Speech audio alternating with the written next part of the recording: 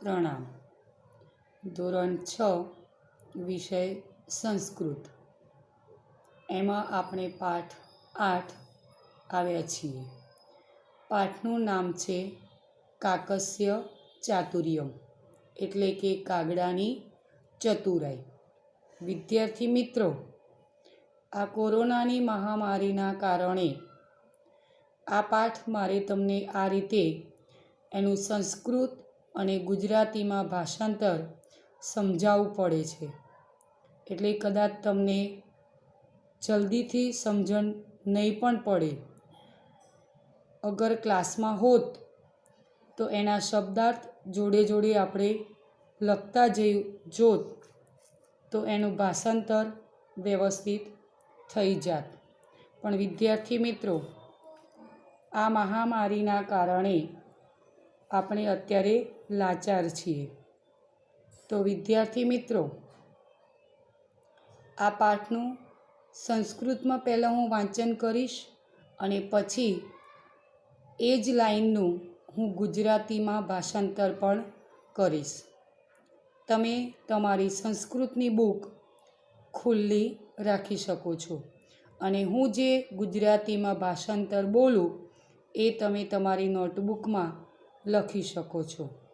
તો વિદ્યાર્થી મિત્રો, આપણે પાઠની શરૂઆત કરીએ. એકસ્મિન વને એકઃ વટવૃક્ષઃ અસ્તિ. એક જંગલમાં એક વડનું ઝાડ છે. તત્ર કાકઃ વસતિ. ત્યાં એક કાગડો રહે છે. કાકસ્ય પત્ની શાવकै સહ તત્રૈવ વસતિ. કાગડાની પત્ની એટલે કે કાગડી શાવकै એટલે કે બચ્ચાઓ સાથે ત્યાં જ રહે છે. તસ્ય વૃક્ષસ્ય અધઃ કોટરે એકઃ સર્પઃ વસતિ. તે ઝાડની નીચે બખોલમાં એક સાપ રહે છે.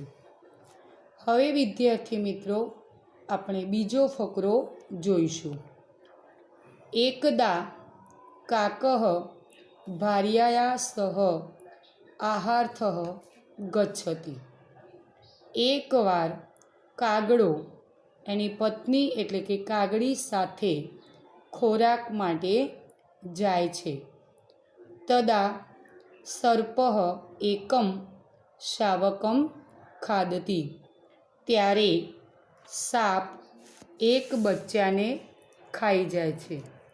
હવે આપણે ત્રીજો ફકરો જોઈશું. કાકઃ આગચ્છતિ પશ્યતિ ચ. કાગડો આવે છે અને જુએ છે. એકઃ શાવકઃ નીડે ન અસ્તિ. એક બચ્ચું માળામાં નથી. વૃક્ષસ્ય અધઃ સર્પઃ દૃષ્ટવા કાકઃ વદતિ. વૃક્ષની નીચે સાપને જોઈને કાગડો બોલે છે, અહો એષઃ દુષ્ટ સર્પઃ શાવકમ ખાદતિ. અરે, આ દુષ્ટ સાપ બચ્ચાને ખાઈ જાય છે. કશ્ચિત ઉપાયમ કરોમિ. હું કોઈ ઉપાય કરું છું. ઇતિ વિચિંત્ય કાકઃ નદી પ્રતિ ગચ્છતિ. એમ વિચારીને કાગડો નદી તરફ જાય છે. હવે આપણે ચોથો ફકરો જોઈશું. તત્ર રાજકુમારી સ્નાનમ કરોતિ. ત્યાં રાજકુમારી સ્નાન કરે છે. તસ્યા સુવર્ણહારઃ નદી તીરે અસ્તિ. તેનો સોનાનો હાર નદી કાંઠે છે. ચતુરઃ કાકઃ સુવર્ણહારમ અપહરતી.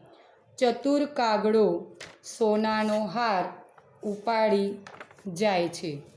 હવે આપણે આગળનો ફકરો જોઈશું. કાકઃ સુવર્ણહારમ કોટરસ્ય અંતઃ ક્ષિપતિ.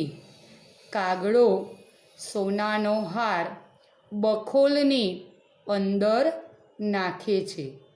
સૈનિકઃ કાકસ્ય પૃષ્ઠે આગચ્છતિ. સૈનિક કાગડાની પાછળ આવે છે. કોટરે સુવર્ણહારઃ સર્પ ચ પશ્યતિ. તે બખોલમાં સોનાનો હાર અને સાપને જુએ છે. સ ચિંતયતિ. તે વિચારે છે. અહો પ્રથમ સર્પમ મારયામિ અનંતરમ હારમ નયામિ.